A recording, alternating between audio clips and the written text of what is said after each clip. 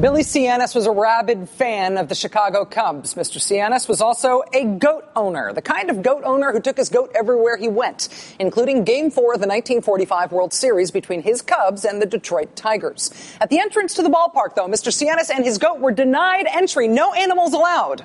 This infuriated Mr. Cianis, who, according to widely believed legend, said, "The Cubs ain't gonna win no more. The Cubs will never win a World Series so long as the goat is not allowed in Wrigley Field." Since that fateful day in 1945, the Cubs have not returned to the World Series. Every other team that existed in 45 and exists today has been to the World Series at least twice since then, but not the Cubs. That is the curse of the Billy Goat.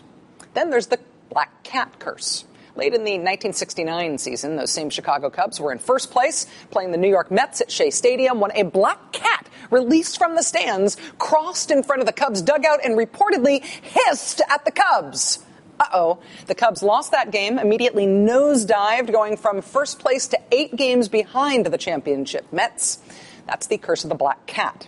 16 years ago tomorrow, hockey player Scott Mellenby was in the locker room of his Florida Panthers when he saw a rat running across the locker room floor. He fearlessly slayed the rat by smashing it with his hockey stick and went on to score twice that night as the Panthers won 4-3. From that point forward, Florida Panther fans threw plastic rats by the hundreds onto the ice to celebrate big goals, and the rat-propelled Florida Panthers wound up in the Stanley Cup Finals. So that's the opposite of a curse. That's the victory vermin. But all of that brings us to now. This is my boss, our executive producer, Bill Wolf. His team, the St. Louis Cardinals, are playing the Philadelphia Phillies in a deciding playoff game tonight.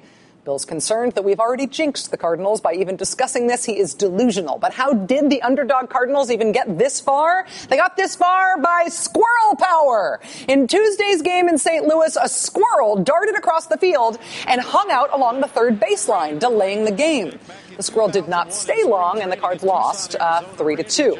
But then Wednesday was different. Game 4 in St. Louis, 5th inning. The Cards skip Schumacher at the plate with a 1-1 count.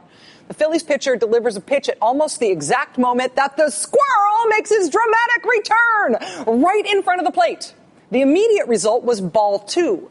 But in the next inning, the Cardinals' unheralded David Freese hit a 2-run home run to give the Cardinals a dramatic, unlikely 5-3 win. How certain of the squirrel's power are the crazed denizens of St. Louis and Bill? The most famous phrase in St. Louis is the command for fans to go crazy, folks, right? Say it to anybody from St. Louis and they will know what you mean. But today, yes, that is a squirrel in a Cardinals cap. Go nuts. Go nuts.